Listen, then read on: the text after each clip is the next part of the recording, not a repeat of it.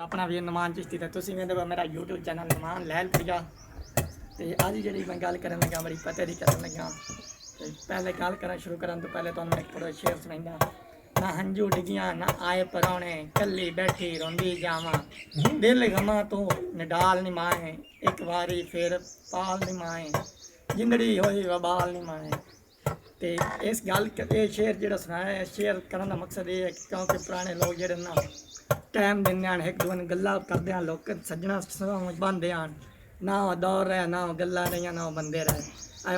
मैं थोड़े सामने वीडियो बनाना ज़्यादातर वीडियो हारी अमन याद छप्पर हेठ आके बनाना क्यों उनकी वजह यह है कि सज्जना सिवा टाइम दिता बंदे ने याद रहना बाकी हर कोई गल चेते नहीं रही। लेकिन जो बंदा टुर जाता ना इस दुनिया तो कोई भी बंदा टुर जाता मैं टुरदा कोई भी नेकोकार टुरदा चंगा टुरदा माड़ा टुरदा लेकिन जो टुर जाता उदों की कदर पता लगता है कि ये बंदा की आए लख ही बंदा है जो टुर गया है।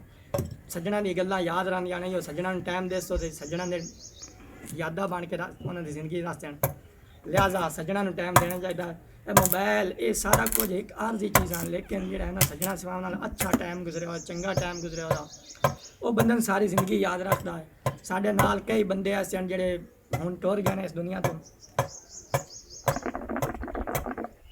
असीं उन्होंने याद करते हैं हुण भी जेह्ड़े जब हाजी अमन याद छप्पर बह के गल करता पाया इसाक टावरी की जेह्दे नाल अक्सर वीडियो तुसीं वेखदे रहे उन्होंने चाचू इसाक तो वह इस टाइम साढ़े विच मौजूद नहीं ने टुर गए हैं। अल्लाह ताला उन्होंने जन्नतुल फिरदौस जगह देवे ते उन्दियां गल्लां याद करके असीं हुण भी हस बनदे हैं क्योंकि तुहाडे विच सब नालों अफजल बंदा अच्छा बंदा वो है जिहड़ा किसी दे चेहरे ते मुस्कुराहट लैंदा हसी लैंदा खुश करदा ये किसी किसी नूं फन हुंदा है हर किसी ने हुंदा ते सज्जना नूं हसावन की कोशिश करो खुश रखने की कोशिश करो। अल्लाह हाफिज़।